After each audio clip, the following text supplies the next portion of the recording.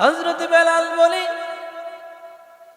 আমি আর মদিনায় থাকতে চাই না, আমি আর মদিনায় থাকবো না গো আবু বকর, আমি আর মদিনায় থাকবো না, আমাকে বিদায় দাও, আমি চলিয়া যাব, আমাকে বিদায় দাও। আবু বকর ডেকে বলে, বেলাল রে, তোমার কি কেউ গালি দিয়েছে? তোমার কি কেউ মন্দ বলেছে? যদি কোনো অভাব থাকে বাইতুল মাল থেকে আমি তোমাকে প্রতি মাসে বেতন ধার্য করে দেব রে বেলাল। বলো রে কি সমস্যা তোমার? হযরতে বেলাল বলে, আবু বকর, আমার যে অভাব সেই অভাব কি তুমি পূরণ করতে পারবে? বেলাল ডেকে বলে, আবু বকর, তোমরা নবীজির রওজার দিকে তাকায়া থাকতে পারো। আমি বেলাল যখন আযান দেই, আমি বেলাল যখন আযান দেই, নবীর রওজার দিকে তাকাইলে আমি থাকতে পারি না। আমার বুক পেটে কান্না আসে, আমার বুকটা ব্যথায় আমি থাকতে পারি না রে আবু বকর, আমাকে বিদায় দাও, আমি চলিয়া যাই, আমি আর মদিনায় থাকবো না। হযরত বেলাল রাদিয়াল্লাহু আনহু চলিয়া গেলেন সুদূর সিরিয়ায়। আল্লাহর নবী সাল্লাল্লাহু আলাইহি ওয়াসাল্লাম কয়েকদিন পরে হযরত বেলালকে স্বপ্ন দেখায়, বেলাল রে, কতদিন হলো তোর আযান শুনি না, কতদিন হলো তোর আযান শুনি না, এ কেমন আচরণ তুমি আমার সাথে শুরু করলে রে বেলাল? একটু মদিনায় আসো রে বেলাল, একটু মদিনায় আসো, কতদিন হলো তোমার আযান শুনি না রে বেলাল, একটু মদিনায় আয়, একটু মদিনায় আয়।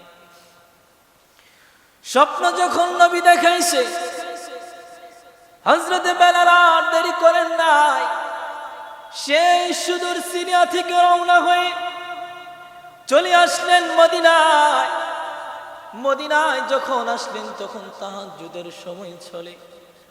হযরত বেলাল রাদিয়াল্লাহু আনহু আল্লাহর নবীর রওজার কিনারায় বসে বসে গুনগুন করে কান্না করে। নতুন মুয়াজ্জিন যখন ফজরের আযান দিতে আসছে, দেখে নতুন মুয়াজ্জিন যখন আযান দিতে আসছে রে, দেখে বেলাল নবীর রওজার কিনারে বসে বসে কান্না করে।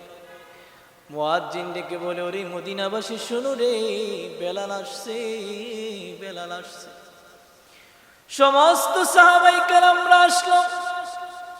হযরত সালমান ফারসি ডেকে বলে, বেলাল, কতদিন হলো তোমার আযান শুনি না রে বেলাল, একটু যাও তুমি, একটু আযান দাও রে বেলাল, কতদিন হলো তোমার আযান শুনি না রে বেলাল, একটু যাও রে তুমি, আযান দাও রে বেলাল। বেলাল যায় না, বেলাল যায় না। বেলালের একটাই কথা, আমি আগে যখন আযান দিতাম নবীজি নামাজে আসতো। বলো রে, আমি যদি এখন আযান দিই নবী নামাজে আসবেনি রে, নবী নামাজে আসবেনি।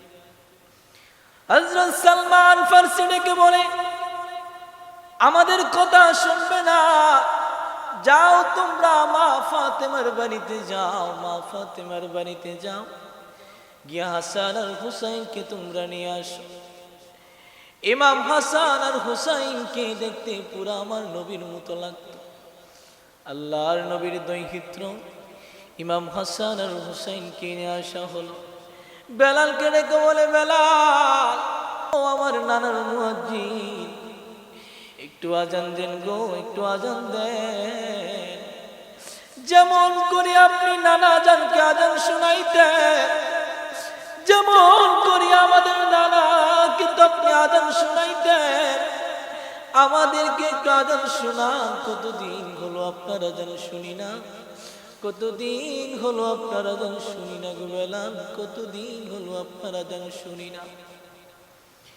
হযরতে বেলাল আর দেরি করেন নাই, চলে গেলেন সেই বনি নাজ্জার গোত্রের মহিলার ছাদের উপরে। ওই জায়গায় দাঁড়ায় দাঁড়ায় বেলাল আযান দিত, প্রতিদিন বেলাল আযান দিত।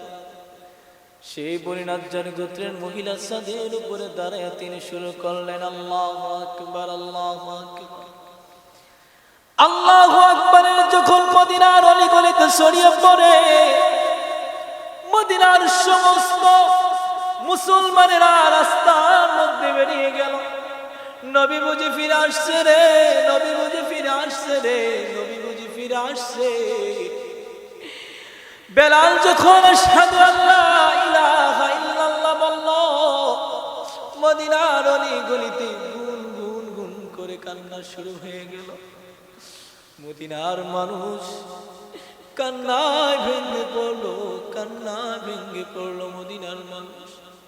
নবী বুঝি ফিরে আসছে রে, নবী বুঝি ফিরে আসছে রে, নবী বুঝি ফিরে আসছে।